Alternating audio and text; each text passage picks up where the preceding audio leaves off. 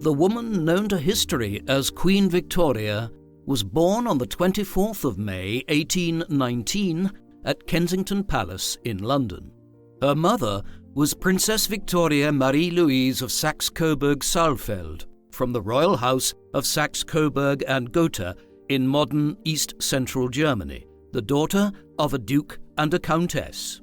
She had been married to Charles, Prince of Leiningen, a small state in modern Bavaria in southern Germany, and from her husband's death in 1814, she served as regent for her young son from her first marriage, Karl.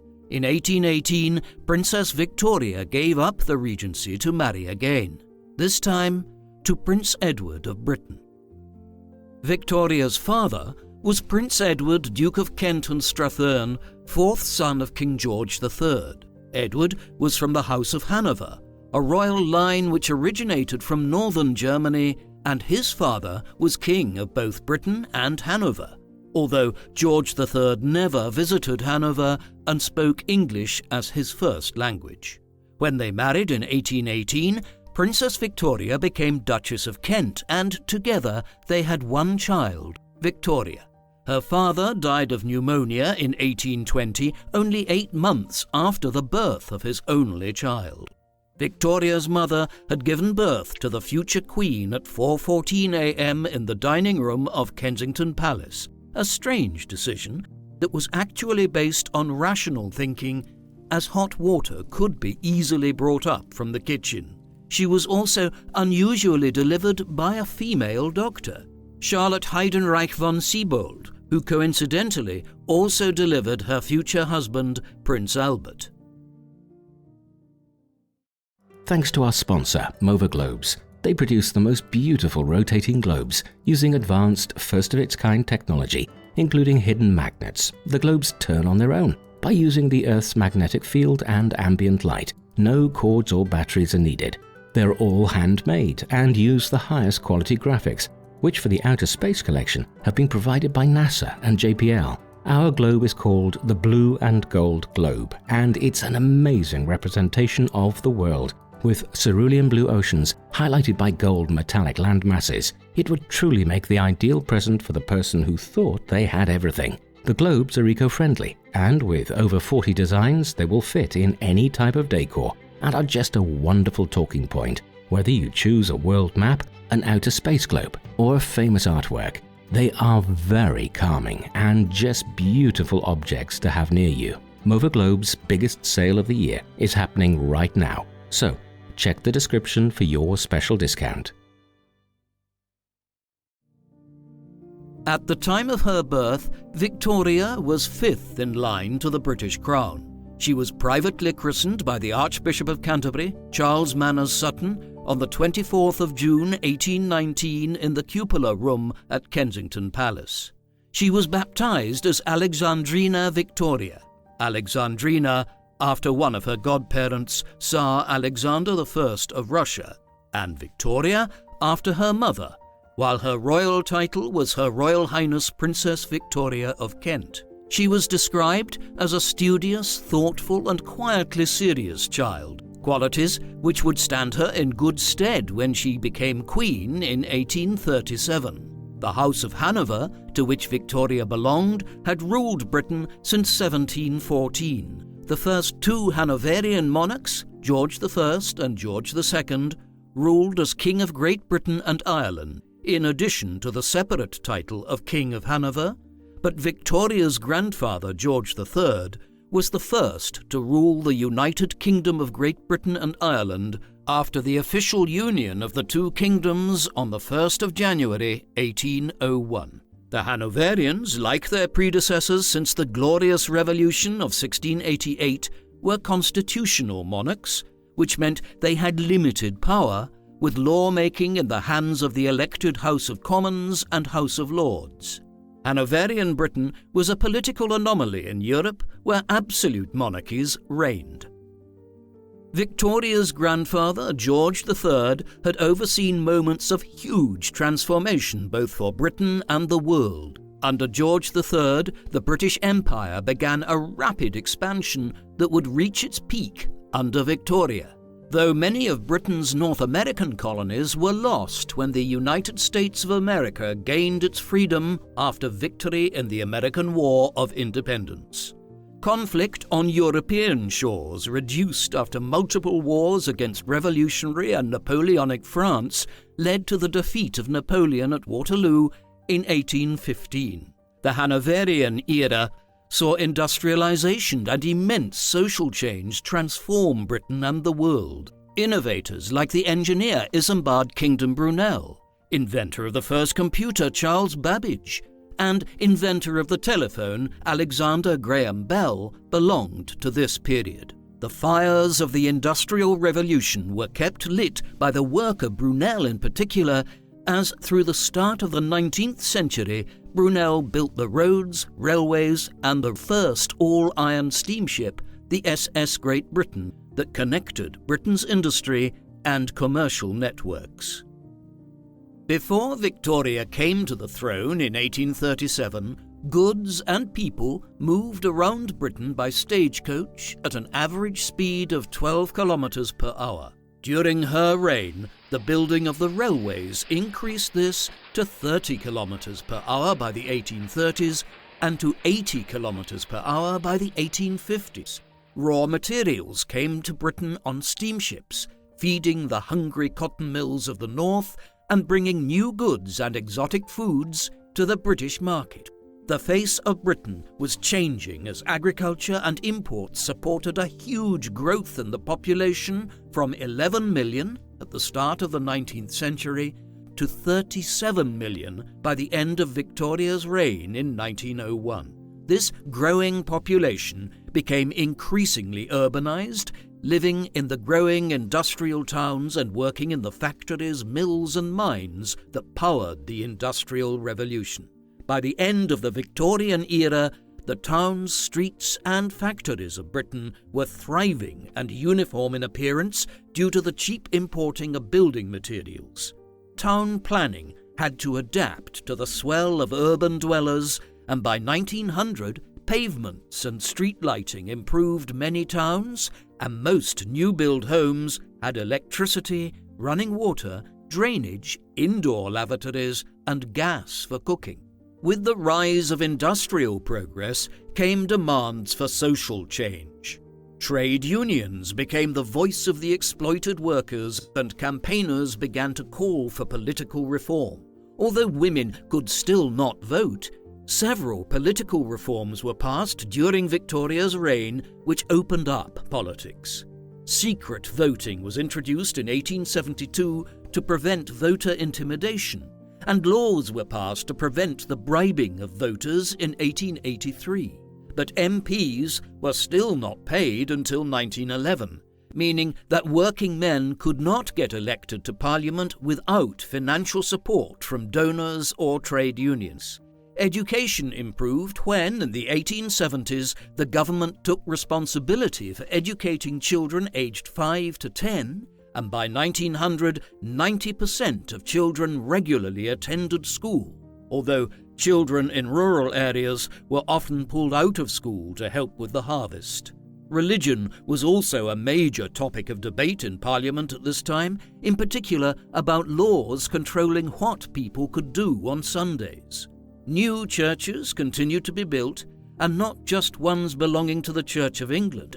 Catholic churches were also built in this period as religious toleration was on the rise. But underneath the progress, innovation and prosperity, the Britain of Victoria and her Hanoverian predecessors was a place of harsh poverty laws, rife crime and over-punitive punishment, pollution, prostitution, slums and begging. Victoria herself was deeply socially conservative and believed that people should not move out of the social class into which they were born. Victoria even opposed women being given the vote, describing the idea as a mad and wicked folly. It was during Victoria's reign that the British Navy ruled the seas and the British Empire reached its peak. The Victorian age was to be remembered as a golden era for Britain. At the time of Victoria's birth, it seemed unlikely that she would become queen at all.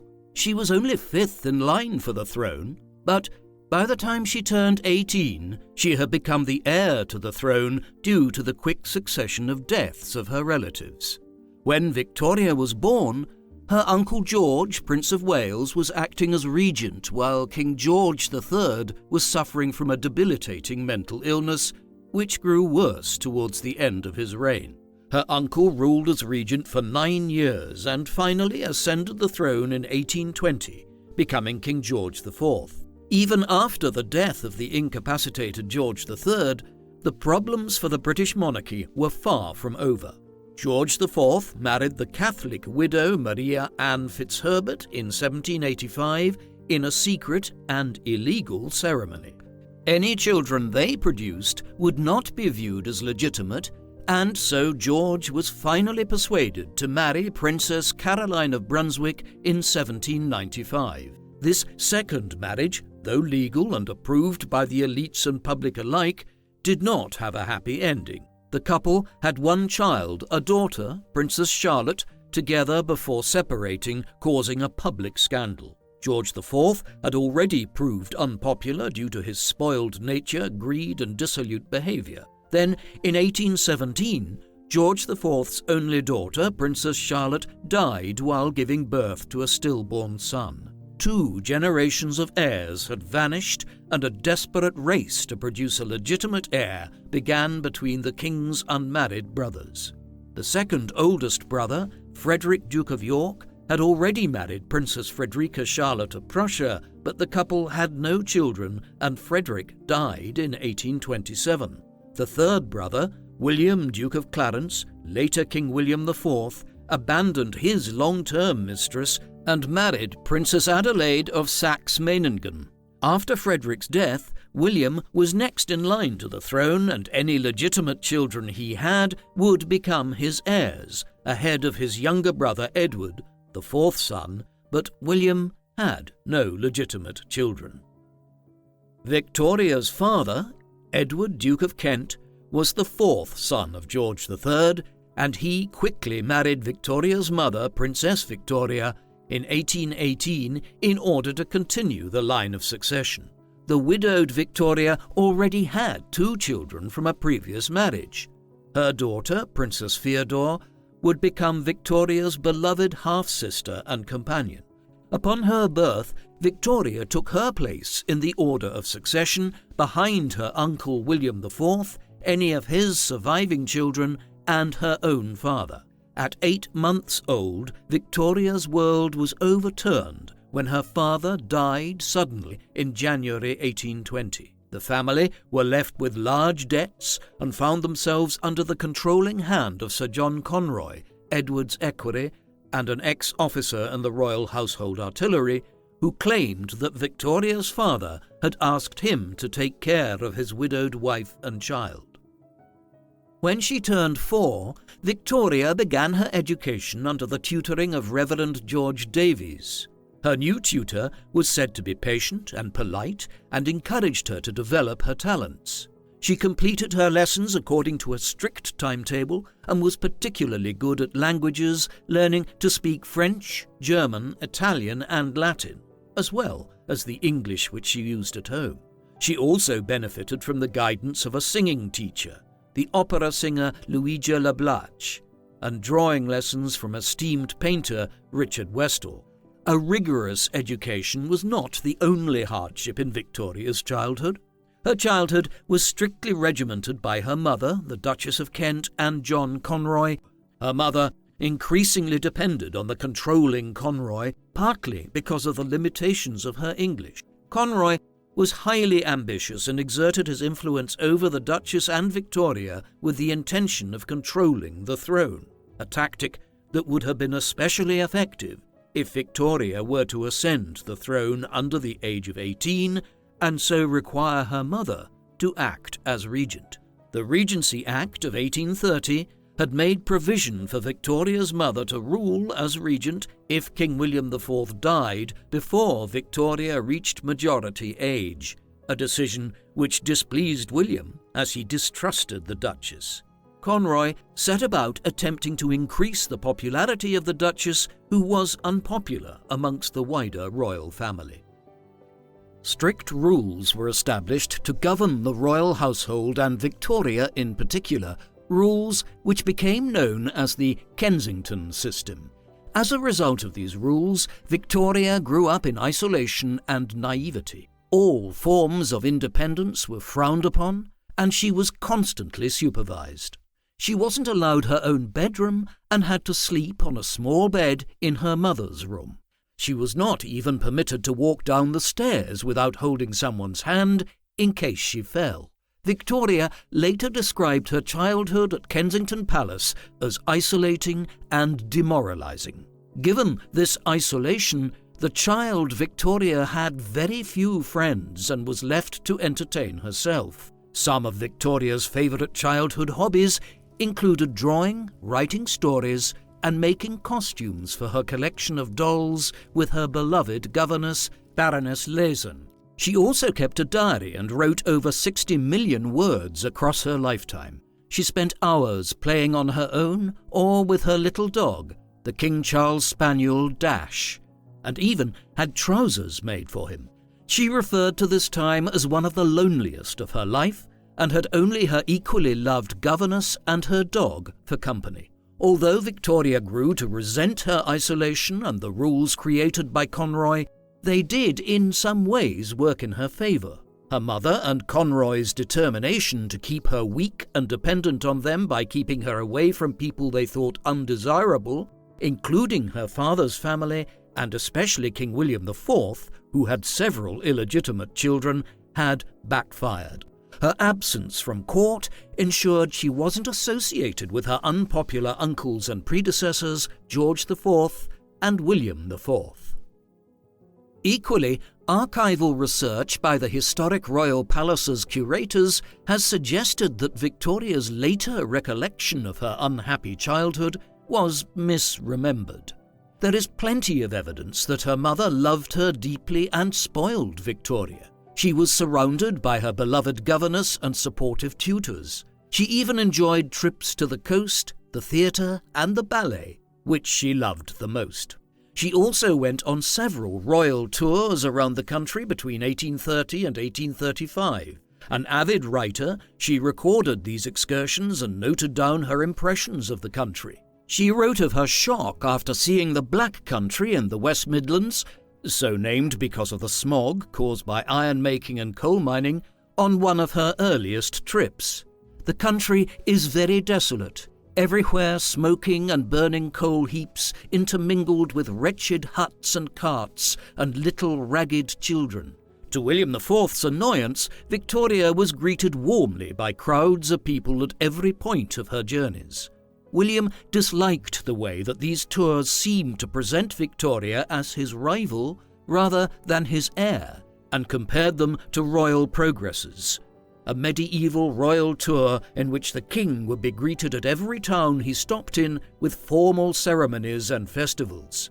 Victoria, too, disliked these tours, partly because of their exhausting nature and partly because of William's disapproval, but her mother forced her to continue with them. In 1835, Conroy made his biggest attempt to solidify his control over the future queen. During another tour, Victoria contracted a severe fever while at Ramsgate, a seaside town in southeast England, and Conroy and her mother took advantage of her state to badger her into making Conroy her private secretary. But Victoria resisted, as she had during all of Conroy's previous attempts to get himself an official position on her staff. As her uncle the king finally approached the end of his life, Victoria was viewed as the nation's hope. She emerged from her isolation and from the strict rules of her mother and Conroy as a bright new prospect, a new start for the monarchy. On the 20th of June 1837, Victoria was awoken early at 6 a.m. to receive some unexpected visitors at Kensington Palace who were bearing important news. She went downstairs and, unusually, saw these visitors alone, and while still wearing her dressing gown. Chief among her visitors was Lord Cunningham, the Lord Chamberlain, the most senior officer of the royal household, who told her that her uncle, the king, had died at 2:12 a.m. Victoria was now queen, and at age 18, she was old enough to rule alone. One of the first actions that Victoria took was having her bed removed from her mother's bedroom. This was not the only step she took to break free from the influence of her mother and Conroy. That day, the day of her accession, Victoria dressed in mourning black to honour her uncle and made her first public appearance as queen alone, stepping confidently out of her mother's shadow. Her first official appearance was a success. 97 councillors, cabinet ministers and officials arrived in the Red Saloon at Kensington Palace for their first meeting with the new queen. The Duke of Wellington later described this gathering of the Accession Council and noted that, despite the new queen's petite size, Victoria was only 5'1", she had not only filled her chair, she filled the room. Flushed with the success of her first appearance, Victoria set about asserting her influence and crafting a new life for herself. She fled the confinement of the Kensington system and left Kensington Palace itself for Buckingham Palace, which became her main residence. She dismissed Conroy and kept her mother at arm's length by installing her in a distant apartment in Buckingham Palace and later in a house in Belgrave Square. Her governess, Baroness Leeson, was invited to live in Buckingham Palace as Victoria's companion. It was around this time that Victoria dropped her first name, Alexandrina, and went solely by Victoria. Despite her outward confidence, Victoria did admit to feeling nervous on her coronation day. Held on the 28th of June 1838, the coronation drew thousands of people out onto the streets to catch a glimpse of the young new queen. Victoria later wrote in her diary that the sight of the cheering and waving crowd from her carriage calmed her nerves. How proud I felt to be queen of such a nation. The coronation itself did not run smoothly. The bishop fumbled his lines and called the ceremony to an end too early. An elderly peer had a fall, and the coronation ring was placed onto the incorrect finger. But the elated public would not remember these mishaps, as they enjoyed fireworks and a fair at Hyde Park, as well as free access to the theatres across London. As with many important moments in Victoria's reign, care was taken to allow the public a glimpse of the monarch and a chance to celebrate the monarchy. Unlike her coronation, the first year of Victoria's reign passed without any serious missteps. Her youth and distance from her unpopular predecessors encouraged a rose-tinted view of her reign. Many people looked forward to a new and hopeful era under her rule. Her petite size, youth, inexperience, and gender resulted in people underestimating her. Her gender had barred her from taking up the throne of Hanover upon which her predecessors had sat, because ancient Salic law excluded women from Hanoverian succession. Instead, her father's unpopular younger brother, Ernest Augustus, Duke of Cumberland, became King of Hanover, as well as Victoria's heir, until she had a child. But Victoria was determined to succeed as monarch of Britain, writing in her diary, "I shall do my utmost to fulfill my duty towards my country. I am very young and perhaps in many, although not all things, inexperienced. But I am sure that very few have more real goodwill and more real desire to do what is fit and right than I have." Her rosy first year was followed by a harder second one, partly as a result of her overdependence on her favourite ministers and advisers, particularly Prime Minister Lord Melbourne of the Whig Party and King Leopold of Belgium. Victoria's reliance on Melbourne and their close relationship caused rumours to spread that the new Queen was under the Prime Minister's influence, and even despite a large age gap of 40 years, that they were having a secret romantic relationship, a rumour that has never been proven. It seems more likely that the inexperienced Victoria relied on Melbourne for advice and looked up to him as a father figure. Given that Melbourne was widowed and childless, many, including aristocrat and diarist Charles Greville, noted that he was passionately fond of her as he might be of his daughter if he had one. In the year 1839, two political scandals threatened to tarnish Victoria's reputation. The first was a court intrigue involving Lady Flora Hastings, a lady-in-waiting to Victoria's mother, who, it was rumoured, was expecting an illegitimate child with Conroy. An abdominal growth, later proved in a post-mortem to be a large tumour on the liver, fuelled these rumours. Victoria, who harboured deep resentment against Conroy and her mother for her restricted childhood, believed the rumours and demanded evidence. Lady Flora initially refused to submit to an intimate medical examination, only acquiescing to an examination in February, which proved that she was a virgin. The Hastings family, Conroy and the opposing Tories turned the press against the Queen, claiming that she had spread false rumours about Lady Flora and Victoria was hissed at during public appearances. To make matters worse, another political scandal quickly succeeded the first, the Bedchamber crisis of 1839. Lord Melbourne had resigned as Prime Minister after the Liberal Radicals and Tories voted against a bill to suspend the Constitution of Jamaica. The bill passed by a narrow majority and removed political power from the plantation owners who had resisted the abolition of slavery. A Tory government was to be formed under Robert Peel, but Victoria's refusal to allow Peel to appoint her ladies of the bedchamber, as was the political custom, caused a political crisis when Peel refused to govern under the restrictions Victoria had imposed. Melbourne returned to office, and many questioned Victoria's ability to rule as a constitutional monarch, a figure who should sit above and apart from the politics of Parliament. When support for Melbourne in the House of Commons finally dried up in 1841, the ladies of the bedchamber most associated with the Whigs were replaced as Peel became Prime Minister during the 1841 general election. Just as the dominance of her mother and Conroy had waned, Lord Melbourne's influence over Victoria was also to come to an end. Her next confidant and chief political advisor was to have the greatest impact on her life and reign. Her husband, German Prince Albert of Saxe-Coburg and Gotha.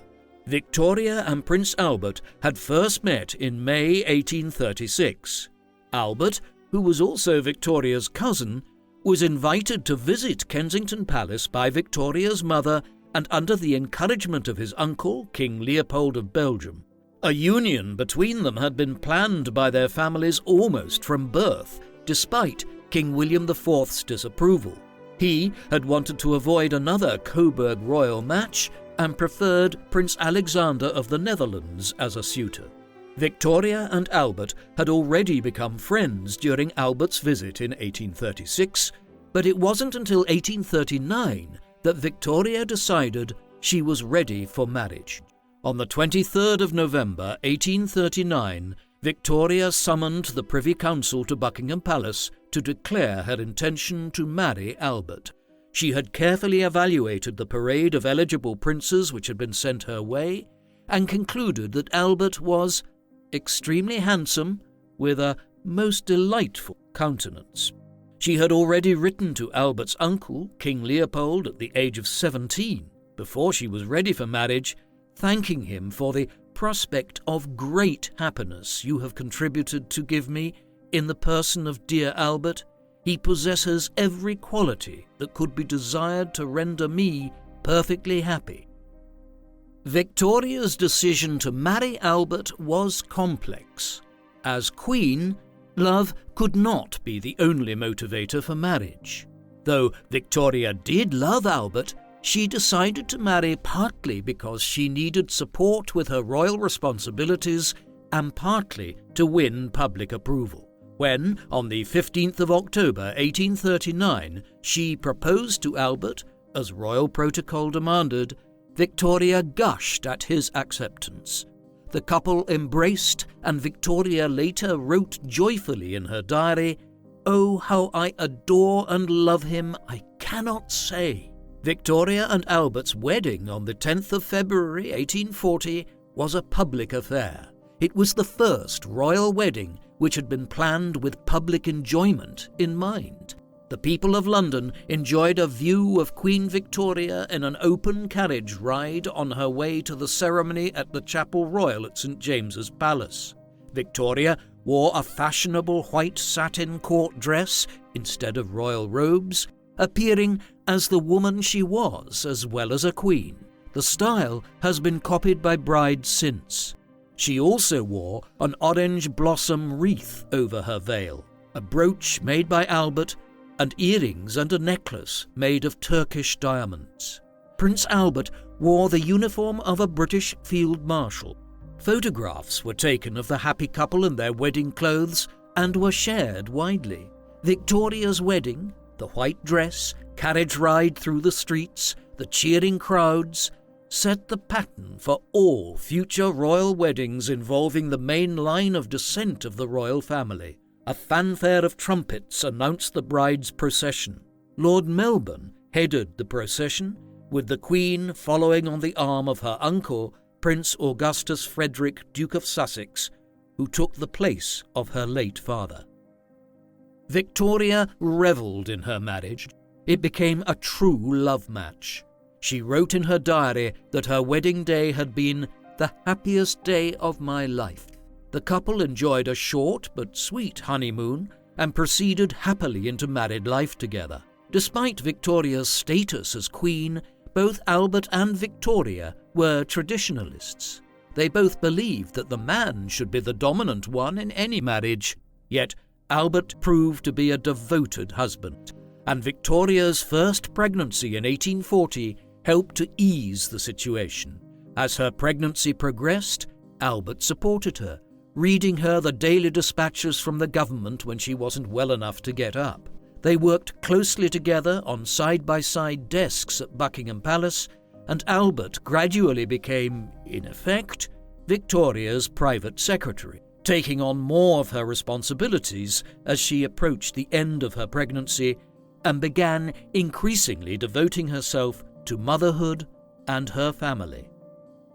Albert had encouraged Victoria to work towards improving her relationship with her mother, and it was while the pregnant Victoria and Albert were en route to visit the Duchess that 18-year-old Edward Oxford attempted to assassinate her as she passed in her carriage.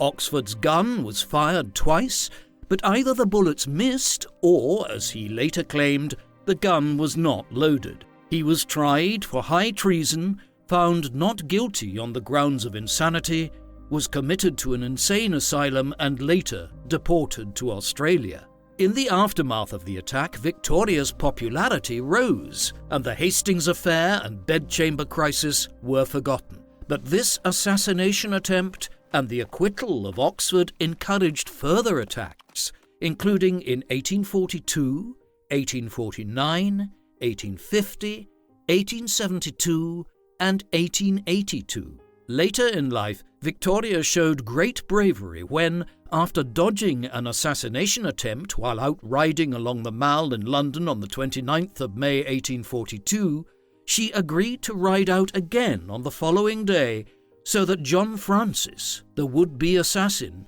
could be lured out and caught in the act by plain-clothed policemen. But Victoria's popularity among her subjects was most rooted in her motherhood and the perfect image of the royal family she created. Victoria and Albert were devoted parents and were thrilled by the arrival of their first child, Princess Victoria, or Vicky. Their family quickly grew despite the difficulties Victoria experienced during pregnancy. Their first child, Vicky, was followed by Albert Edward, the future Edward VII, Alice, Alfred, Helena, Louise, Arthur, Leopold, and Beatrice. Victoria suffered postnatal depression after many of her pregnancies and vehemently disliked breastfeeding. By the time of her 8th and 9th pregnancies, she promoted the use of chloroform as pain relief, despite the protestations of the clergy, who saw it as against biblical teachings, and some members of the medical profession who thought it was dangerous. The royal couple shared a great interest in their children and took great pleasure in raising and educating them. They presented an image of a happy family to the world, sharing their joy on holidays and birthdays with the public through the new illustrated newspapers. Albert took an active role in parenting, spending lots of time playing with his children, unlike many aristocratic fathers at the time. Victoria happily described her husband's wonderful relationship with their children in her diary. "He is so kind to them and romps with them delightfully." Albert crafted joyful scenes of domestic Christmases, popularizing festive traditions such as decorating a Christmas tree, which have survived into present-day British homes. The image of the happy domestic royal family added to Victoria's popularity. She became a symbol of marital harmony and domestic bliss, widely known to be driven by strong moral convictions, which made her very popular with the rising middle classes. Her financial prudence meant that she successfully cleared her father's debts, and she ran a relatively simple home, for a royal, in sharp contrast to the excesses of her predecessors. Victoria recognized that public opinion rose when she openly devoted herself to her children, and letting Albert take over some of her royal duties proved to be a wise decision. Upon their marriage, Albert had been granted the formal title of HRH Prince Albert, but had been popularly known as HRH Prince Consort, a title which Victoria formalized on the 29th of June 1857. The effective working partnership between Victoria and Albert was summed up by Charles Greville in 1845 when he wrote, "They are one person, and he likes and she dislikes business." Albert aimed to create a new, powerful role as Prince Consort. Recognizing a rival in influence over his wife, Albert persuaded Victoria to send her confidant, Baroness Lesen, back to Germany for a quiet retirement. After the death of Prime Minister Melbourne in 1842, Victoria became entirely dependent on Albert. Albert's wise guidance and connections proved invaluable to Victoria, but she still took ownership over decisions which were important to her. As the Great Famine tore through Ireland, killing over 1 million people and displacing another 1 million, Victoria was denounced as the Famine Queen in Ireland. In January 1847, she donated £2,000 of her personal money to the British Relief Association, an amount worth several million in today's money, the greatest donation made by any individual. She supported the repeal of the Corn Laws, which were keeping the price of grain artificially high and fueling the devastating impact of the famine for Irish people. She boldly ignored Protestant opposition to support the increase of an annual grant from the British government to St Patrick's College, Maynooth, a dilapidated Catholic seminary in Ireland. Later rumours of Victoria's cold indifference to the plight of the Irish and the story that she had only donated £5 to the relief and had given the same amount to Battersea Dogs Home on the same day were fabricated. Victoria's first visit to Ireland in 1849, when the famine was almost at an end, was a success, though it had no lasting impact on the growth of Irish nationalism. Victoria and Albert both took a keen interest in Europe and especially in improving foreign relations between Britain and France. Victoria became the first British monarch to visit a French monarch since King Henry VIII had visited King Francis I of France in 1520. Through Albert, Victoria was related to the House of Orléans via the Coburgs and visited King Louis-Philippe I in Normandy twice, in 1843 and 1845. When Louis-Philippe returned the visit in 1844, he became the first French king to visit a British sovereign, and when he was deposed during the revolutions of 1848, he sought exile in England. Demonstrations in England by the Chartists and Irish nationalists failed to attract the widespread support that revolutionary movements were seeing on the European continent. Albert was also responsible for the Great Exhibition of 1851, which was designed as a public celebration of technological innovation and the growth of trade. Albert was very intelligent and highly interested in trade, industry, art, and science. The Great Exhibition featured over 100,000 exhibits from across the world and even displayed the famous Koh-i-Noor diamond from India. As Albert was socially conscious, perhaps more so than his wife, the Great Exhibition was fairly priced to allow anyone to visit. The top price season ticket of 3 guineas was equivalent to over £2,000 in today's money, but there were also cheap day tickets available at the reasonable price of 1 shilling. Over 6 million people visited the Great Exhibition. It gave many people their first taste of the wider world and was widely lauded as a huge success. Victoria herself was so enthralled by her husband's project that she visited the exhibition almost every day for 3 months. The Great Exhibition also had foreign admirers. Napoleon III of France invited Victoria and Albert to the Exposition Universelle in August 1855 after visiting the royal couple in London earlier that year. They were also guests of honour at an extravagant ball at the Palace of Versailles and visited the tomb of Napoleon I on their trip. Victoria and Albert also sought to bolster relations with Albert's German homeland. In 1858, Albert's favourite child, Vicky, their firstborn, was married at age 17 to Prince Frederick Wilhelm of Prussia, the future Kaiser of Germany, on the 25th of January 1858 at the Royal Chapel of St James's Palace in London. Albert hoped that the liberal education he had given his daughter would help her steer Prussia and later the German Empire into a liberal constitutional monarchy based on the British model. But he hugely miscalculated, overestimating the strength of the very small middle class in Prussia and underestimating the popularity of conservatism. Vicky was not to have the happy life which her father had when he married into a foreign royal family. Vicky was criticised for her overly British views on monarchy and her English origins. She was ostracised by the royal house of the Hohenzollerns, the conservatives at the Berlin court, and her rising political opponent, Otto von Bismarck. As tensions deepened between her childhood nation and the nation of her marriage, Vicky became very unpopular and suffered.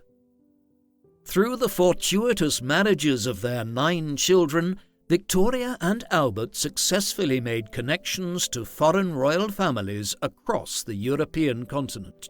Many of the thrones of Europe belonged to, or were closely related to, Victoria's 9 children and her 42 grandchildren.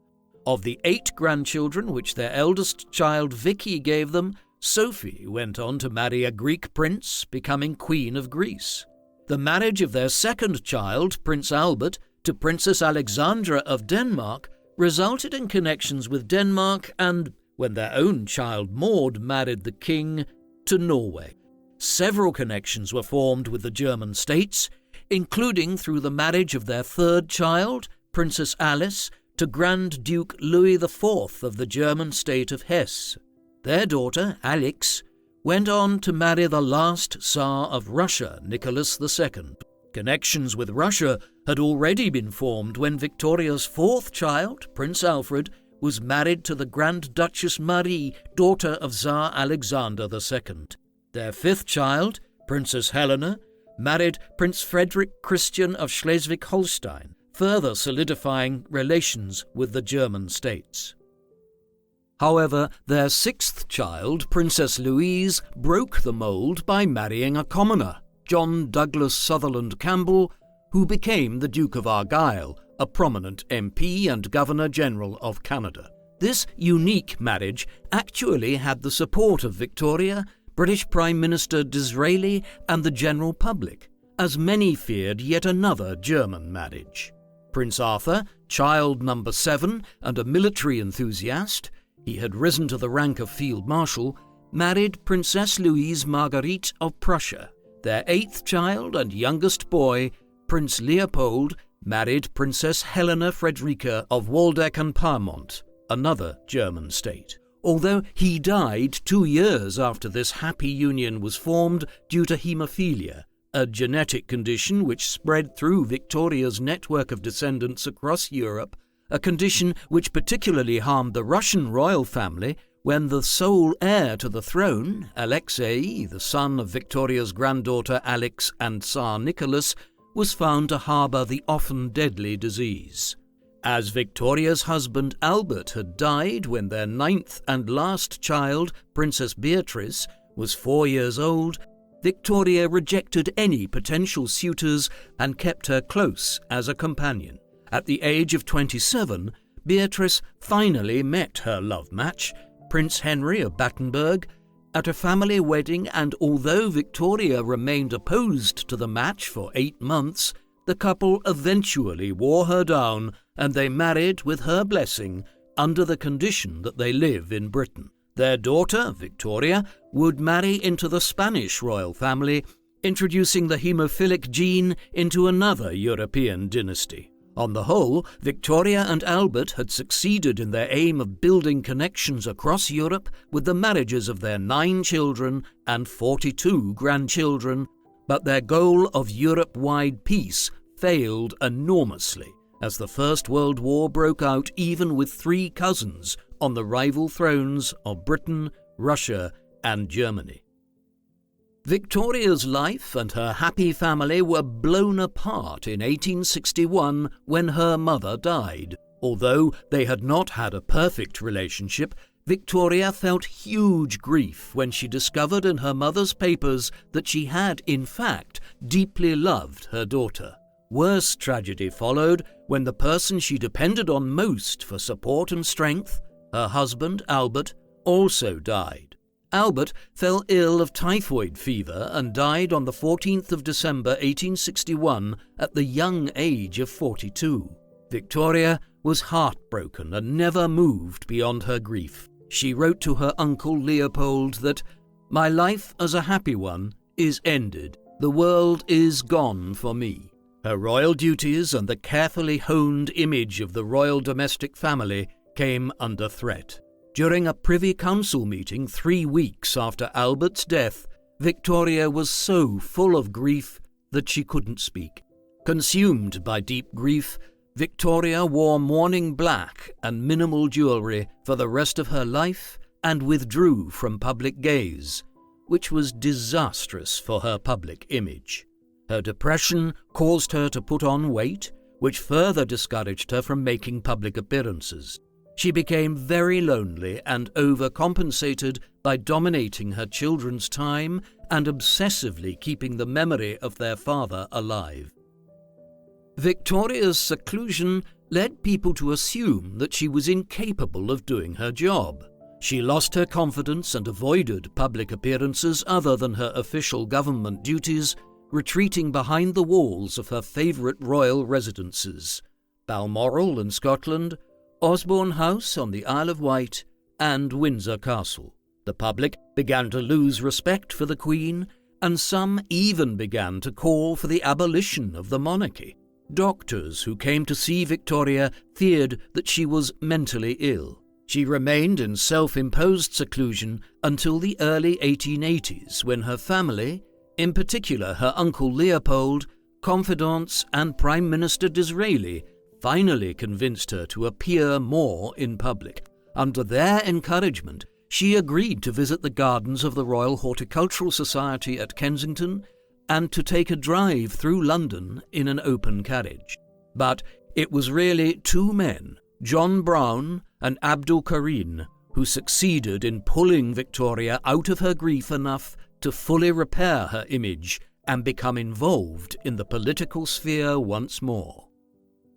John Brown, a plain-speaking Highlander and Victoria's manservant, became one of her favourites in 1861. Victoria described his constant presence as a real comfort, but not everyone approved of his influence over the Queen. The press suggested the two were secretly married, and Brown became very unpopular within the royal household, a fact which did not dissuade Victoria in the slightest. Brown helped Victoria deal with her deep grief and treated her as a woman rather than a queen. In 1866, Victoria stepped back into the political sphere, attending the state opening of Parliament for the first time since Albert's death, and openly supporting the Reform Act of 1867, which extended voting rights to many urban working men. The second of Victoria's confidants was even more unpopular with the court than John Brown. Abdul Karim was Victoria's personal servant and munshi, or teacher, from India from 1887 to the end of her life. Karim perhaps attracted more prejudice and jealousy than Brown due to ideas of racial superiority which were widespread at the time, and because he was from a low social background. But, as with Brown, Victoria did not listen to the advice and jealous mutterings of others. Karim taught Victoria the Urdu language, which she became fluent in, and about Indian culture, which fascinated her. Victoria's notes from her lessons still survive, along with many of her other writings.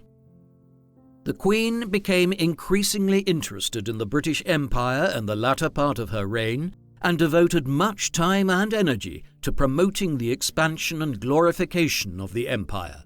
By the end of Victoria's reign, the British Empire covered more than a fifth of the world's landmass and included nearly 1 in 4 people, including the entire Indian subcontinent, as well as large parts of Africa and several Caribbean islands.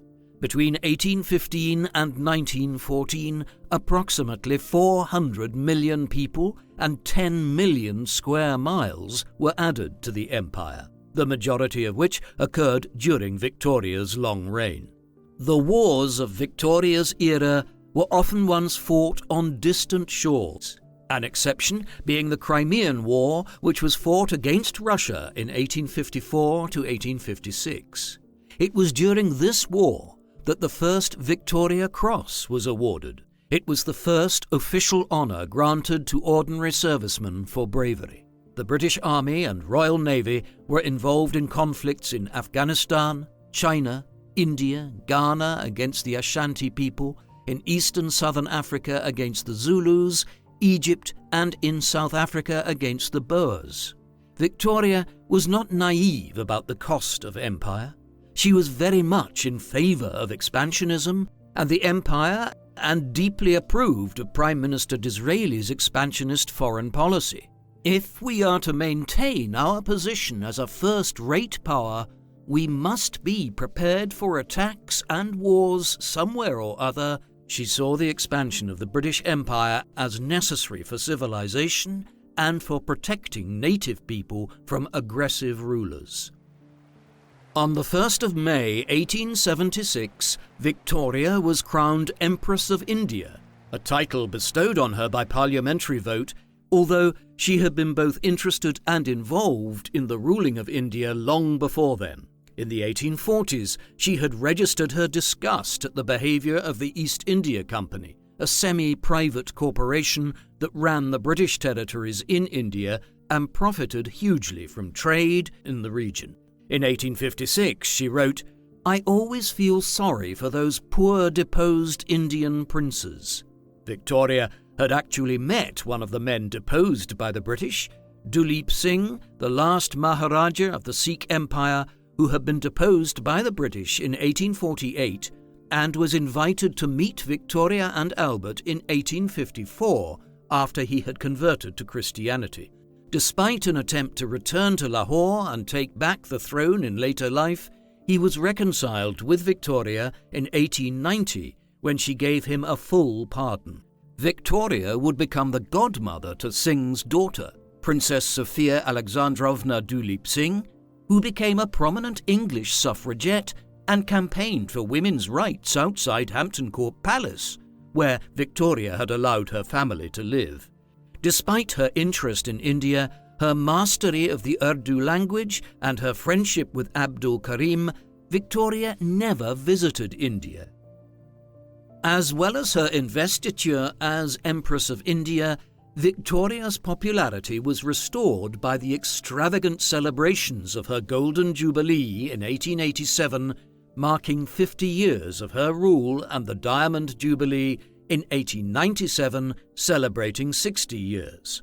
Her appearances in public caused great excitement, and her open smile as she processed through London on an open carriage ride on the day of her Golden Jubilee was one of very few moments when Victoria's smile was captured on camera. But Victoria did not forget her grief in private, writing on the day of her Golden Jubilee, "The day has come, and I am alone." By 1897, Victoria's popularity and her confidence were fully restored. She became seen as the nation's grandmother and received thousands of congratulatory messages for her Diamond Jubilee from across the world. She sent a telegraph message of thanks to her subjects.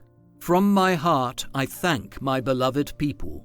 May God bless them." The huge outpouring of national pride led to the era being known as Victorian Britain. The lack of major wars to fund during her reign, especially in comparison with the decades following her reign, and the huge new wealth generated by industry and trade resulted in a larger and more affluent middle and upper class which could afford to spend more on leisure. Town parks began to open, the first in Preston, Lancashire, and cricket, football, rugby and athletic clubs were established. Music halls, theatres, readings and comic operas became increasingly popular, and museums opened, including the Victoria and Albert Museum in 1852. For those not living in poverty, the Victorian age was truly a golden period. By 1901, at the age of 81, Victoria was becoming frail, had lost a lot of weight, and had to use a wheelchair to move around. She moved to Osborne House on the Isle of Wight for peace and to avoid the spotlight. The few people who saw her at this time said she seemed to have shrunk to half the person she had been. She suffered from osteoarthritis, a condition which made her joints painfully stiff, and her surviving dresses from this period were altered to accommodate a dowager's hump, a hump on her upper back caused by spinal collapse. The last year of Victoria's life had been hard. She had lived to see the death of her second son, Alfred, in July 1900, who had died after the suicide of his own son, the breakdown of his marriage, and excessive drinking. Her favourite grandson, Christian Victor, child of her daughter Beatrice, died in October 1900 of malaria, along with his father. The sorrow perhaps shortened Victoria's life, as her companions noted that not only her stature, but also her spirit seemed to be shrinking, and she lost her appetite. Despite being nearly blind, Victoria continued to write in her diary until her last entry on the 13th of January 1901, when her strength began to leave her. Her first grandson, Wilhelm II, the German Kaiser, rushed to her side as her death loomed, joining her son and successor Edward VII.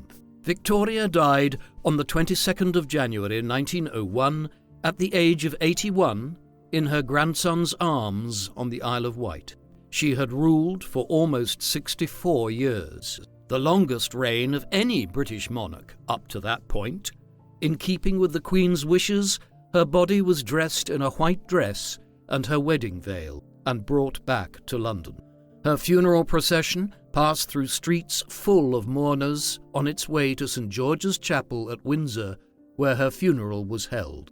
Her eldest son, King Edward VII, walked behind her coffin, accompanied by her third son, Prince Arthur, and grandson, Kaiser Wilhelm II. Her funeral was simple and respectful, as she had requested. Victoria was then laid to rest with her husband Albert at the Royal Mausoleum near Frogmore House in the grounds of Windsor Castle. She had asked for certain items to be buried with her, including some jewellery, plaster casts of her children's hands, and Albert's dressing gown. She had also secretly asked her trusted royal doctor to add a photograph of John Brown and a lock of his hair to her left hand. Above the mausoleum door were inscribed Victoria's words, "Farewell, best beloved. Here at last I shall rest with thee in Christ I shall rise again." Victoria was the last British monarch of the House of Hanover and was succeeded by her son, Edward VII, of the House of Saxe-Coburg and Gotha on the 22nd of January 1901. Victoria never believed that she, as a woman, was the best person to be monarch. She believed, like many of her contemporaries, that men made the best leaders. But by the time of her Diamond Jubilee in 1897, no one, not even Victoria herself, could doubt that a woman was capable of being the monarch. Despite several years of unpopularity when she became a reclusive widow, Victoria was immensely popular, especially in the 1880s and 1890s. She appeared to many to be a benevolent matriarchal figure above politics. Only after her death and the release of her diaries and letters did the extent of her deep political influence become clear. Although constrained by the constitutional monarchy she represented, Victoria took advantage of her rights, that is, the right to be consulted, the right to encourage, and the right to warn, as essayist Walter Bagehot stated, and more than once she altered the direction of policies and politicians by wielding her influence. Victoria, despite her lack of confidence, had been a skilled politician who successfully presented herself as a devoted wife and mother, which home-loving Victorians idolized. Identified with strict standards of personal morality, Victoria brought stability to a monarchy which had been rocked by a series of unreliable and often unpopular kings. She had made the monarchy more accessible, for example, by opening up her birthplace, Kensington Palace, to the public in 1899, by setting the public-oriented tone of her own and future royal weddings, and through her public appearances, such as at the Great Exhibition. Victoria's reign took Britain through a tumultuous period of industrial, economic, technological and social change. She had overseen huge expansion abroad and stability and growth at home, and her reign was remembered by the Victorians and their descendants as a golden age of British greatness. Yet, in some ways, her legacy, and the legacy of her era, has become more contentious over time, as historians evaluate the cost of industrial progress and expansion abroad, the experiences of non-British subjects of the Empire, and the poor in Britain are now being included in the narrative of the Victorian age. Victoria's investiture as Empress of India and her role as leader of the empire complicates her legacy. Victoria and Albert's intention to promote peace in Europe by establishing a network of alliances through royal marriages represented another failure. Although Victoria was fondly known as the grandmother of Europe and had successfully married off her 9 children and 42 grandchildren into several royal European houses, war was not avoided. By the turn of the 20th century, Victoria's grandchildren were on the thrones of Germany, Russia, Denmark, Greece, Norway, Romania, and Spain. But her vision of a peaceful Europe was not to come to pass, as her own grandson, Kaiser Wilhelm II, led Germany into war against Britain in 1914. Amongst her notable descendants, the 3 cousins, Kaiser Wilhelm II, Tsar Nicholas II, and King Edward VII, have often been blamed by historians for the outbreak of the First World War. But Victoria and Albert's legacy lives on as their living descendants still sit on several European thrones, From her links to present-day monarchs to the history of the Victorian age that British children are taught at school, Victoria endures. The image of her as a stately old lady clad in her black mourning attire has defined her to this day.